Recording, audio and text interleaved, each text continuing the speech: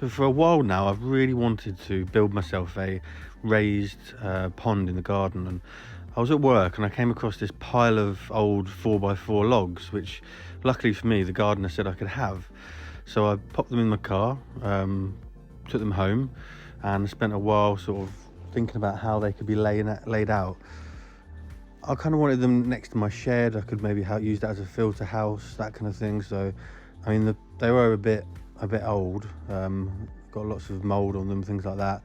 So I thought, if I just see what they look like first and then spend a bit of time, I can cut them down, I can clean them up, and hopefully they end up looking quite nice. I saw some inspiration. I thought maybe about dyeing them different colors, painting them, but in the end I decided to just jet wash them. So I've jet washed them here. You can see they're a bit cleaner, laid them out, which they turned out pretty well. I was pretty pleased with them. I started thinking about how I could arrange for the water to come back in this raised pond. It was I maybe went with a spout like this, but sort of changed my mind. I looked on the line, saw some inspiration. This is the kind of thing I was after.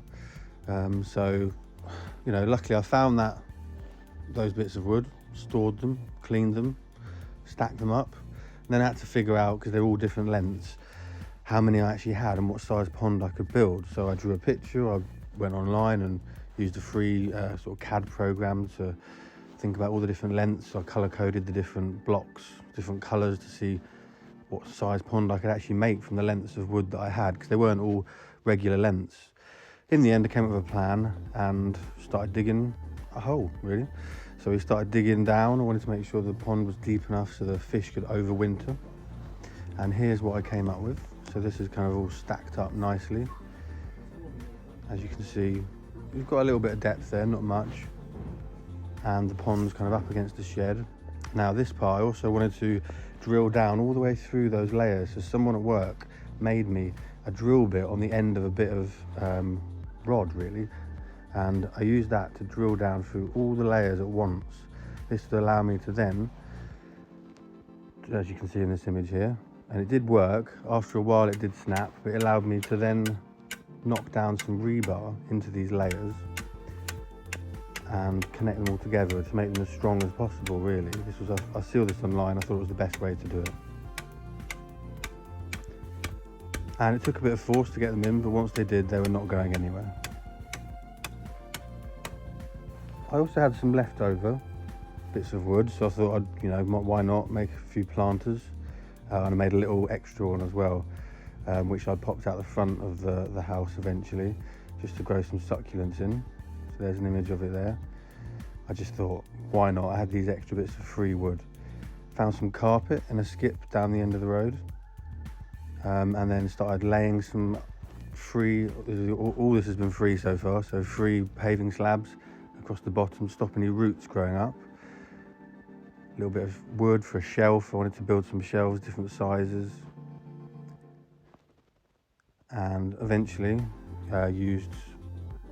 tried to make it so it sloped from one end to the other, so all the detritus would kind of move across. I also then insulated it, because eventually I might be keeping some more delicate types of fish, and I might have to cover it in the winter.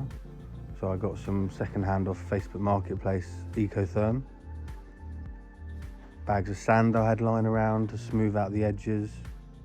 And again, that carpet, which was free from a skip down the road.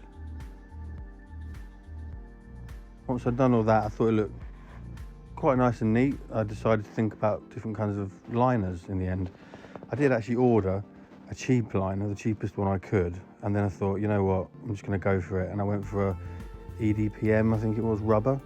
It took me a bit of time to figure out, but it was definitely the right choice to go for something that was a bit more substantial. And then filling it with water came. So I filled that with water and it all held nicely. I've got a little temporary kind of spout there coming in, which eventually I need to trim off this liner. And the idea is I'm going to keep goldfish out here. I'm going to plant this heavily, and I'd like to kind of document the progress as I go through. So, if it's something you want to see more of, make sure you follow me along, and we can, I can show you the journey planting up this pond and what I do with it. I've got some other plans as well for a future pond that will connect onto this one. So it turned out quite nicely. Like I say, most of the wood was free. Only thing I bought was the liner, filter, and those bits of wood around the edging.